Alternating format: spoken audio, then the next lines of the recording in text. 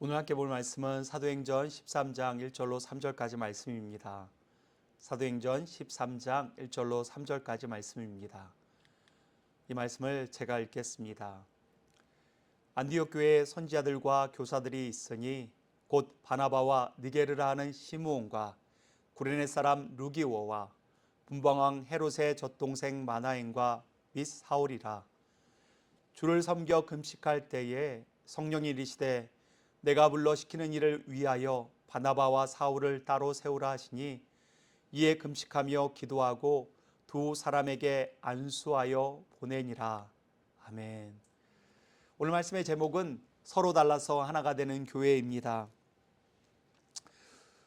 우리는 인생을 살아가다 보면 인간과 인간 사이의 차이점 때문에 어려움을 당할 때가 참 많이 있습니다. 성격이 다르고 말투가 다릅니다. 생각하는 삶의 방식 역시도 너무나 다르고 있습니다. 가정에서, 교회에서, 직장에서 사람들을 만날 때마다 왜 저 사람 나랑 이렇게 다를까라고 불편함을 느낄 때가 얼마나 많이 있습니까? 그럴 때마다 답답하고 힘든 순간이 우리 가운데 자주 찾아오기도 합니다. 한 예를 들어 보겠습니다. 우리가 가장 본질적이면서 가장 간단한 것, 먹는 것에 한번 예를 들어 보겠습니다. 먹는 것도 사람들마다 천차만별입니다. 누구는 고기를 좋아합니다. 또 누구는 채소를 좋아하죠. 또 누구는 생선을 좋아하기도 합니다. 그런 것들을 보면서 참 다르구나라는 생각들을 가져봅니다. 그리고 이것을 먹기 위해서 한 밥상에 딱 앉아서 하면요, 거기서도 또 먹는 것을 가지고 분분하게 나눕니다. 난 짠 것을 좋아한다. 난 싱거운 것을 좋아한다. 난 단 것을 좋아한다 라고 하면서 이것들이 나눠지면서 또 누군가가 음식을 만들어주면 그것 때문에 트집을 잡을 때가 있기도 합니다. 그리고 저 같은 사람이야 먹는 걸 원체 좋아하니까 뭐 짜든 싱겁든 다 잘 먹습니다만은 또 너무 많이 먹는다라고 뭐라고 하는 사람들도 있으니 그런 것을 봤을 때 사람마다 생각들이 천차만별 차이가 참 많구나라는 생각들을 가져봅니다. 가정이건 교회건 직장이건 사람들과의 만남 속에서는요, 다른 사람들이 모여서 자기 방식만을 고수할 때가 참 많습니다. 그래서 불협화음은 불가피한 상황이라는 생각들을 가져보게 됩니다. 그리고 우리는 이렇게 생각하죠. 체념합니다. 뭐 인간사가 다 그렇지 라고 하면서 그냥 적당히 살면 되지 라고 생각할 때도 있습니다. 그런데 가끔은 이런 생각이 듭니다. 너무 불편해가지고 혼자 중얼거리듯이 이렇게 얘기합니다. 그냥 나 혼자 살면 안 되나? 그냥 나랑 마음 맞는 사람들끼리 모여서 살 수는 없을까? 라는 생각들을 가져보기도 합니다. 그러나 여러분, 한번 오케스트라를 떠올려 봤으면 좋겠습니다. 오케스트라의 연주는요, 바이올린 하나만으로 되지 않습니다. 그리고 피아노 하나만으로 되지 않지요. 그리고 서로 각 음이 다르고 음색이 다르고 그리고 박자도 다른 각자의 그런 악기들이 다 모여서 오케스트라를 만들어냅니다. 바이올린, 첼로, 그리고 플룻, 트럼프, 드럼, 하프 이런 것들이 다 각자가 다 다른 악기를 갖고 있고 음색을 갖고 있지만 한 지휘자를 통해서 연주가 되었을 때 그 연주는 가장 아름답고 깊은 하모니를 이루면서 우리를 감동하게 만드는 경우들이 있다는 것을 우리는 기억하고 있습니다. 모든 악기가 똑같은 소리만 낸다면 어떻겠습니까? 별로 깊은 소리를 우리가 들을 수는 없겠지요. 오늘 본 말씀에 보면 서로 다르지만 하나가 되어 가장 아름다운 공동체를 이룬 교회가 등장하고 있습니다. 우리는 계속해서 안디옥 교회를 보고 있는 중에 있지요. 그것은 바로 안디옥 교회 공동체입니다. 그는 다른 사람들이 모였습니다. 그러나 하나가 되었고 한 목소리를 통하여서 한 생활의 방식을 한 가지를 고수하면서 결국 한 아름다운 하나님께 영광을 올려드리는 교회 공동체가 되었다는 것입니다. 가정과 교회 그리고 삶의 자리에 주시는 하나님의 초대와 하나님의 도전이 바로 오늘 본 말씀에 우리 가운데 있다는 것을 우리는 기억해야 합니다. 오늘 본문 1절은 이렇게 시작하고 있습니다. 안디옥 교회에 선지자들과 교사들이 있다고 합니다. 그리고 그들의 이름은 바나바, 그리고 니게르라는 시므온, 구레네 사람 루기오, 그리고 분봉왕 헤롯의 젖동생 마나엔과 및 사울이라라고 말해주고 있습니다.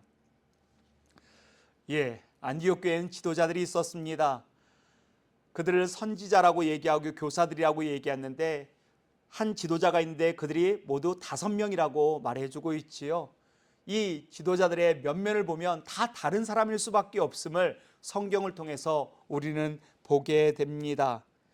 한번 지도를 보면서요, 이들이 어디 출신인지 한번 보도록 하겠습니다. 먼저 바나바는요, 예루살렘 교회에서 잠깐 위쪽으로 올라가서 그리고 사이프러스라는 섬이 있습니다. 그곳의 출신입니다. 이 바나바는요, 섬에서 태어난 사람입니다. 그리고 또 루기오는요, 구레네 출신이라고 말해주고 있습니다. 구레네는 저 북아프리카 대륙에 있는 그 지역을 뜻하고 있습니다. 그 지역 출신입니다. 시몬 역시도요, 북아프리카 출신의 사람임을 얘기해주고 있습니다. 마나엔이라고 얘기하면 헤롯의 젖동생이라고 얘기하니 아무래도 예루살렘 출신이 아닐까라고 생각이 되어집니다. 그리고 사울이라 불리웠던 바울, 이 사람은 어디 출신이죠? 다소 출신입니다. 출신이 다 다른 상황들 가운데 있습니다. 지역마다 다 다른 지역, 다른 나라에서 왔기 때문에 다른 색깔을 지닐 수밖에 없죠. 우리가 살고 있는 이 미국 땅 역시 마찬가지입니다. 서부 스타일과 동부 스타일이 완전히 다릅니다. 억양이 다릅니다. 그리고 라이프 스타일이 다르고, 그리고 그들이 가지고 있는 생각조차도 다를 때가 참 많이 있습니다. 어디 출신지 뿐이었을까요? 그들의 다른 면면들을 보면 이렇게 도표로 설명할 수가 있습니다. 먼저 바나바란 사람을 보면요, 그 사람은 레위 지파 소속이 되어 있는 사람입니다. 그리고 사이프러스 출신이었고요.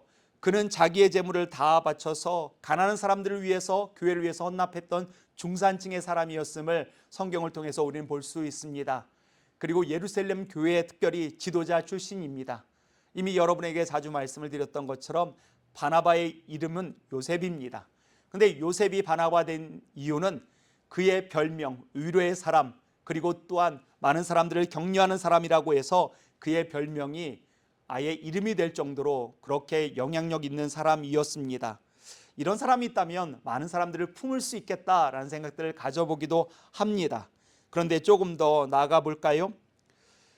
특별히 이 바나바라는 사람은요, 우리가 너무나 잘 알고 있는 예수님께서 모여서 기도와 예배 처소로 삼았던 그 바로 마가라는 요한의 어머니 마리아의 오누이 출신이었음을 또 발견할 수도 있습니다.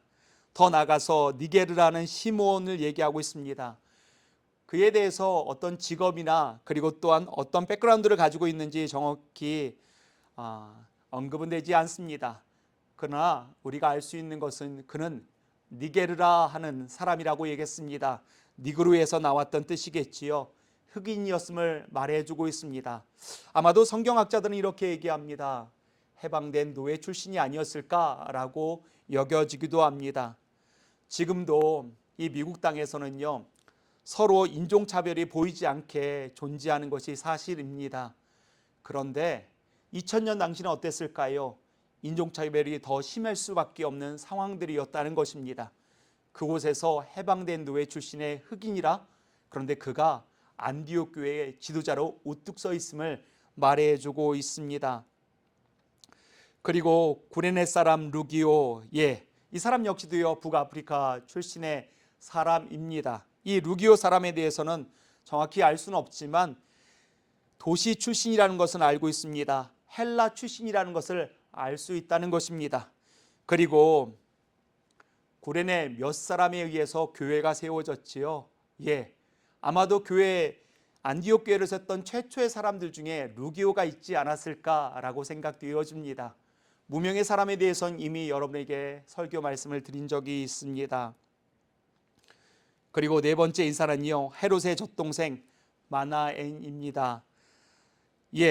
젖동생은 젖을 같이 먹을 수 있을 정도로 친한 사람이란 뜻을 갖고 있습니다.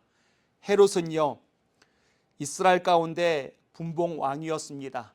그곳에서 같이 지냈던 그 자녀들과 함께 자랐던 친구라고 얘기하니 지배계층을 얘기할 수 있죠.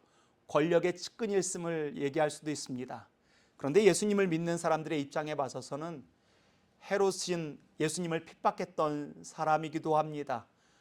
바로 교회를 핍박했던 권력자 그룹의 한 사람이었음을 말해주고 있지요. 이 사람도 안디옥 교회의 지도자로 우뚝 서 있다라고 말해주고 있다는 것입니다. 마지막으로 우리가 너무나 잘 알고 있는 사울, 사울은 더 말해 무엇하겠습니까? 그는 바리새인 출신이었습니다. 바리새인은요, 예수님께서 외식하는 사람이라고 꾸짖었던 무리들 중에 한 명이었죠. 교회를 핍박했던 사람이기도 했습니다. 그런데 그가 안디옥 교회의 지도자로 세워져 있는 겁니다. 이렇게 그리고 한번 교회의 지도자들 이 5명의 면면을 보면요, 문화적인 차이가 있습니다. 인종의 차이도 있지요. 그리고 과거로부터 오는 라이프 스타일의 차이도 있을 수밖에 없습니다. 학력의 차이가 있습니다. 경제적인 차이가 있습니다. 이런 차이가 있다면 반드시 거긴 불협화음이 있을 수밖에 없습니다. 이 다양한 차이가 모여서 한 교회를 이끌어 간다라고요. 교회 공동체를 이끌어 간다는 건 쉽지 않을 것입니다. 그런데 바로 이것이 안디옥 교회의 특색이면서 자랑이었다는 것 여러분 알고 계십니까? 5명의 지도자 면면을 보더라도 각양각색의 사람들이었습니다. 그러나 구별 없이 그들은 품었고 참된 교회가 되었음을 말해주고 있지요. 그 다양성의 차이 속에서도요, 그들은 하나가 되었다는 것입니다. 이것이 바로 안디옥 교회의 가장 큰 강점이었음을 말해주고 있다는 것입니다.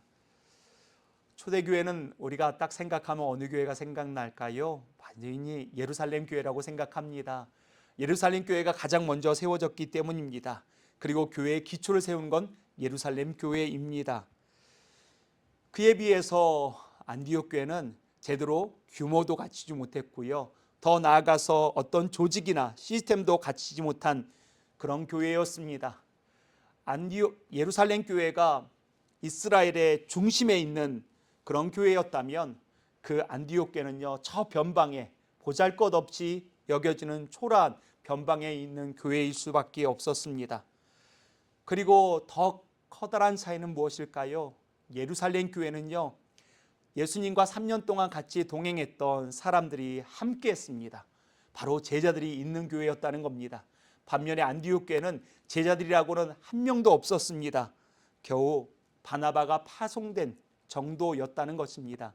예루살렘 교회의 가장 큰 장점은 교회의 머리와 같은 교회입니다. 그런데 반면에 안디옥 교회는 그렇지 못했지요. 그런데 예루살렘 교회가 언제까지 있었을까요?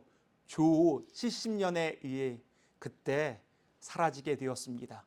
역사의 현장에서 사라지게 되었고, 그렇지만 안디옥 교회는요, 세계의 역사를 바꿔놓을 수 있는 성교의 중심이 되었고, 그리고 수많은 교회들을 새롭게 세우는 교회의 중심이 되었다는데, 여기가 우리가 바라봐야 될 초점이 있다는 것입니다. 저 변방에 지나졌던 안디옥 교회가 어떻게 이런 영향력을 줄 수 있었을까요?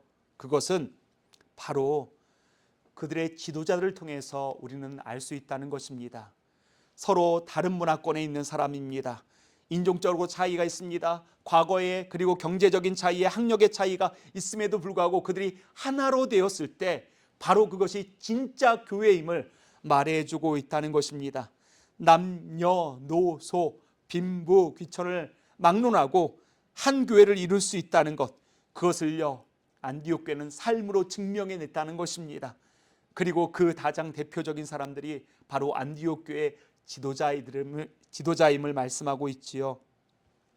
서로 다르지만 하나가 되었던 사람들, 5명의 지도자를 통해서 하나님께서 왜 안디옥 교회를 세계의 교회의 중심으로 사용했는지 우리는 어느 정도 알 수가 있다라고 생각되어집니다. 서로가 달라서 하나 될 수 있는 교회, 그 안에는 엄청난 차이점과 갈등이 있었으리라고 생각되어집니다. 그러나 그럼에도 불구하고 그들은 화합하게 되었습니다. 영향력 있는 교회로 우뚝 서게 되었다는 것입니다. 그럼 우리의 질문은 이것입니다. 어떻게 서로 다른 사람들이 하나로 조합을 이룰 수 있을까? 화합을 이룰 수 있을까? 이거에 아주 중요한 질문이 생기게 되겠지요. 일반적으로 이것을 연구했던 사람들은 일반적으로 이런 조언을 합니다. 세 가지를 조언하더라고요. 첫 번째는요, 이것입니다. 사람들은 기본적으로 서로가 예의를 갖춰야 된다. 서로 존중하면 된다. 그리고 상대방의 말에 귀를 기울이고 경청할 때 그들은 하나 될 수 있고 조화를 이룰 수 있고 화합을 이룰 수 있다라고 말하고 있습니다. 근데 이 얘기는 너무나 많이 들었지요. 정말 그렇게 하려고 경청해 보기도 합니다. 그리고 예의를 갖추려고 합니다. 그러나 내 마음 가운데 불편함을 어떻게 주체할 수 없는 경우들이 얼마나 많이 있습니까? 그래서 또 어떤 학자들은 이렇게 얘기합니다. 그럴 바엔 차라리 혈연과 지연으로 뭉치면 어떻겠냐라고 얘기하기도 합니다. 혈연과 지연으로 모이면서 야, 우린 가족이잖아, 같은 혈연이잖아, 같은 학교 출신이잖아 라고 이야기하면서 통합을 얘기하려고 합니다. 그러나 혈연과 지연 역시도요, 어떤 이익이 따라서 나눠지는 모습들을 보게 됩니다. 그래서 어떤 회사든 어떤 교회든 세 번째로 선택하는 것이 뭘까라고 생각한다면 비전 선언문을 만들어 보는 겁니다. 함께 비전 선언문을 가지고 같은 방향으로 나아가자라고 이야기합니다. 그것을 외칩니다. 그래서 복음으로 사람을 살리고 그리고 또한 하나님의 말씀으로 사람을 세우는 교회라고 외치기도 합니다. 그러나 그것 역시도요, 오래가지 못합니다. 사람들의 마음은 4분 5열 나눠져 있기 때문입니다. 사람은 정말 화합하기 어려운 존재들입니다. 그리고 조합이 불가능한 존재들이기도 합니다. 이에 대해서 성경은 우리에게 말씀해 주고 있습니다. 화합할 수 있는 방법이 있다. 그리고 또한 조화를 이룰 수 있는 방법이 있다. 그것이 바로 오늘 본문 2절 말씀입니다. 오늘 본문 2절은 이렇게 시작합니다. 주를 섬겨 금식할 때에 라고 얘기하고 있습니다. 주. 이것이 바로 제가 3주 전에 여러분들과 함께 나눴던 메시지 중에 있지요. 우리의 마음의 중심이 누가 되어야 된다라고 말씀을 드렸습니까?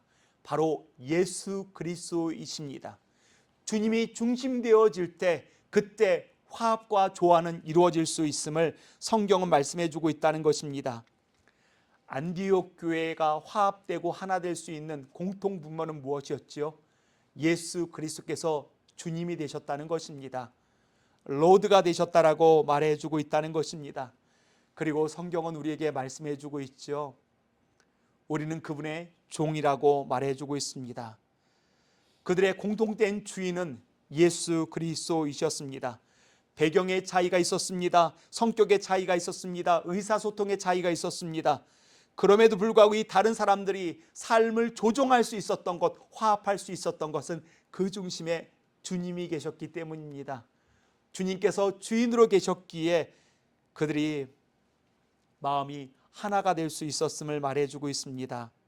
어떤 문제가 터졌을 때 당신의 생각은 어떠냐고, 내 생각은 어떠냐고 그때부터 불협화음이 일어나기 시작합니다. 그런데 우리가 한번 묻는 겁니다. 주님의 생각은 어떨까? 주님께서 우리에게 요구하시는 것은 무엇일까? 이 문제 앞에서 주님께서는 어떤 결정을 내리기를 원하실까? 라고 질문할 때 그때부터 우리는 마음이 모아지기 시작함을, 바로 그것이 안디옥 교회였음을 말해주고 있지요. 교회의 질서, 교회의 최고 권위는 누구십니까? 하나님이십니다. 이 사실을 놓치지 말아야 합니다. 바로 그분이 우리의 주인 되심을 꼭 기억하시기 바랍니다.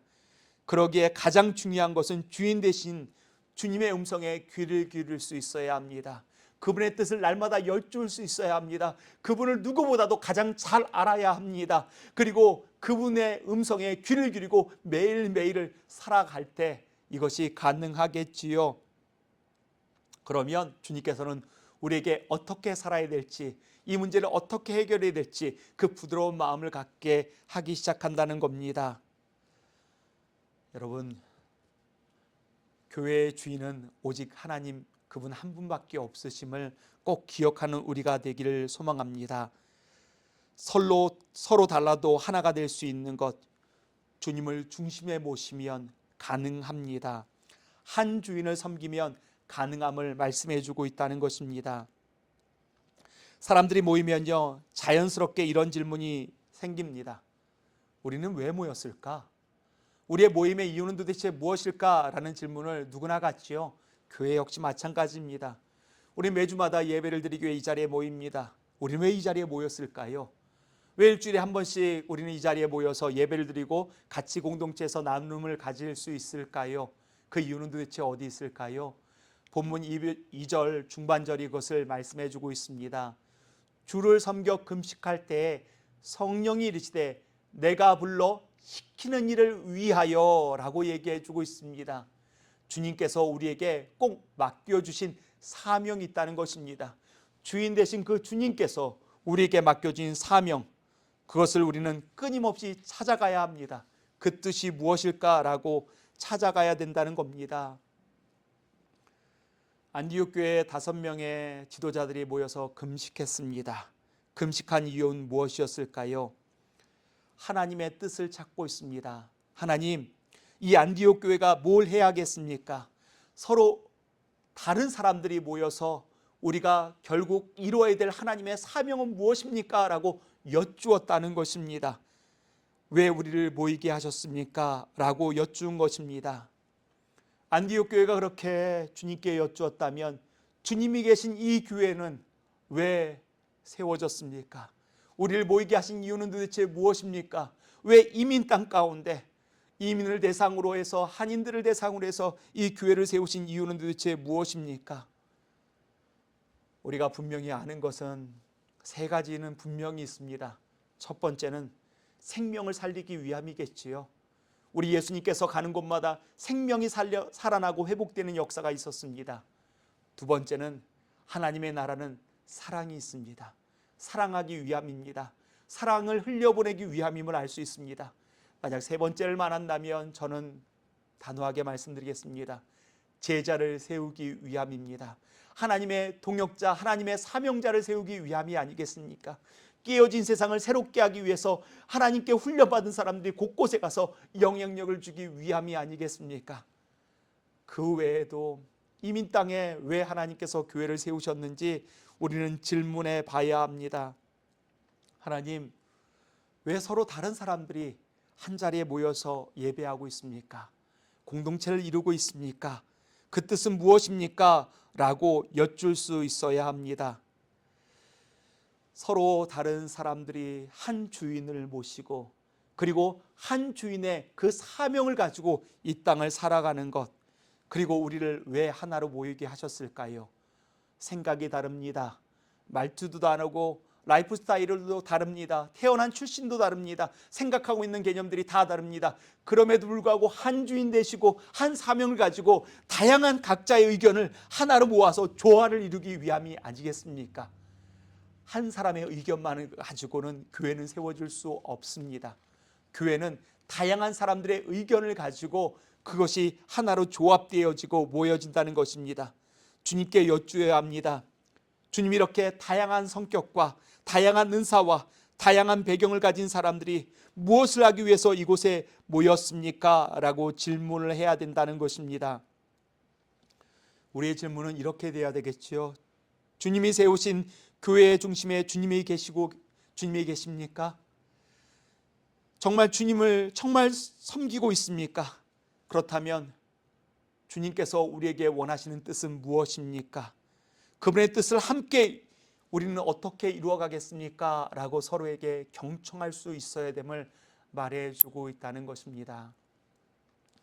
사랑하는 우리 주님이 계신 교회 성도 여러분, 우리는 이전에요, 부모님께서 계신 그 가정에 악단을 이루면서 살았습니다. 그리고 이제 결혼해서 새로운 가정을 이루면서 새로운 악단이 또 결성이 되었습니다. 그리고 새로운 직장에서 또 새로운 악단이 또 역시 만들어졌지요. 친구들 역시도 마찬가지입니다. 이런 악단들이 계속해서 우리 가운데 만들어져 있습니다.